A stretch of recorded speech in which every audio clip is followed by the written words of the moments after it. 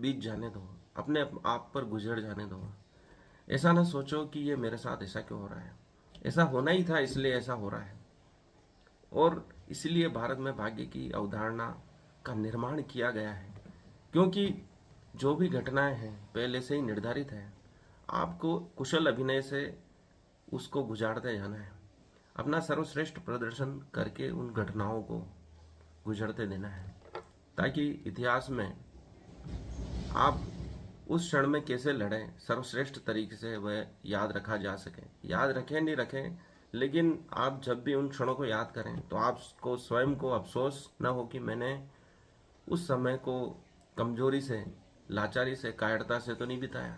यही कृष्ण अर्जुन से कहना चाहते हैं कि इतिहास तुमको कैसे याद रखेगा कि तुम युद्ध से कायर होकर भाग गए। इतिहास तुमको सर्वश्रेष्ठ तरीके से याद करें, क्योंकि लोग तुम्हें उदाहरण मानकर ही कार्य करेंगे, क्योंकि तुम सर्वश्रेष्ठ हो इस युग के धनुर्धर।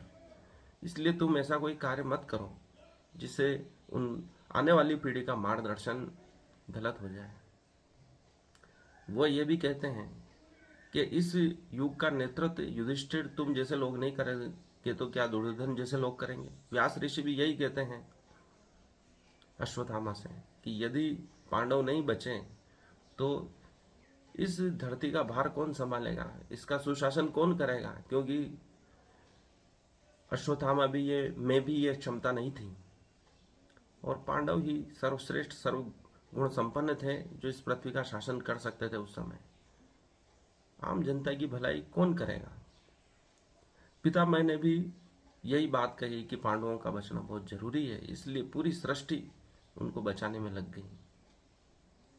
और जो बचाने में नहीं लगी तो भीष्म पितामह उन लोगों के लिए कहते हैं कि जो समाज गलत चीज़ों का विरोध नहीं करता है वह नष्ट हो जाता है, उनका नष्ट हो जाना ही उचित है। और यह वाक्य कई युगों तक गुजरता हुआ हमारा तक पहुंचा है, और इतिहास में जो घटनाएं घटी उनको हम देखते हुए ऐसा लगता है कि भीष्म पितामह ने महाभारत में ये सत्य कहा था कि समाज को भी गलत चीज़ों का विरोध करना चाहिए। हस्तिनापुर के लोगों का भी विध्वंस हुआ इस महाभारत युद्ध में, उनके भी सैनिक मरे, क्योंकि उन्होंने गलत का विरोध नहीं किया, उन्होंने सत्य का पक्ष नहीं लिया। इसलिए आम जनता को भी कष्ट देखना पड़ा। कई संस्कृतियां जो महान संस्कृतियां थीं वह नष्ट हो गई। उनमें महान गुण थे लेकिन उन्होंने गलत का विरोध नहीं किया, समय के अनुसार अपने आप को नहीं ढाला।